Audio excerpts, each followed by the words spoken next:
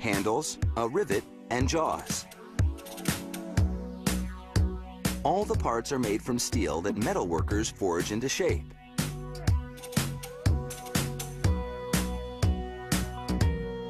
First, a powerful electric furnace heats the steel red hot in just a few seconds. Then, a metal worker sets one sizzling rod at a time on a forming die. A massive die forger hammers the rod against the die with tons of force. It takes up to 4 strikes on separate impressions for the rod to acquire the die's shape.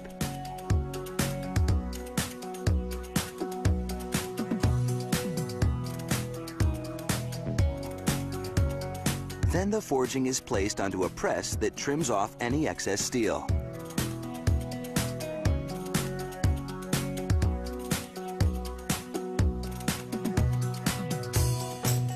Two forged rods are needed to make one pair of pliers.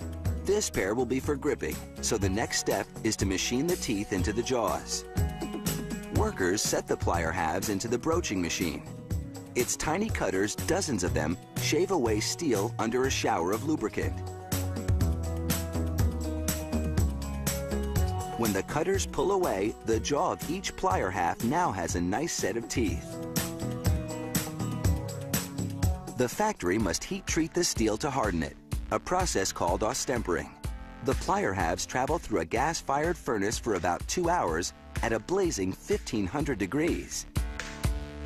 Then, the steel is dunked in salt water to cool rapidly and evenly.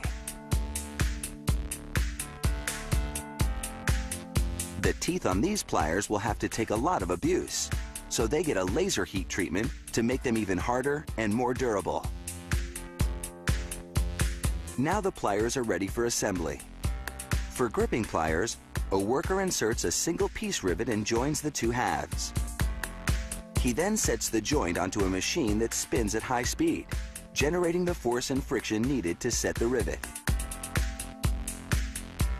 Cutting pliers are also held together with a rivet, but the setting process is different. The parts go into a press that applies both heat and pressure to secure the rivet firmly.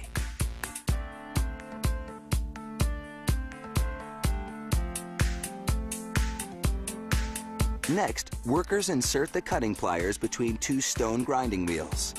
Again, lubricant prevents the steel from overheating as the wheels wear down the rivet until it lies flush with the plier surface.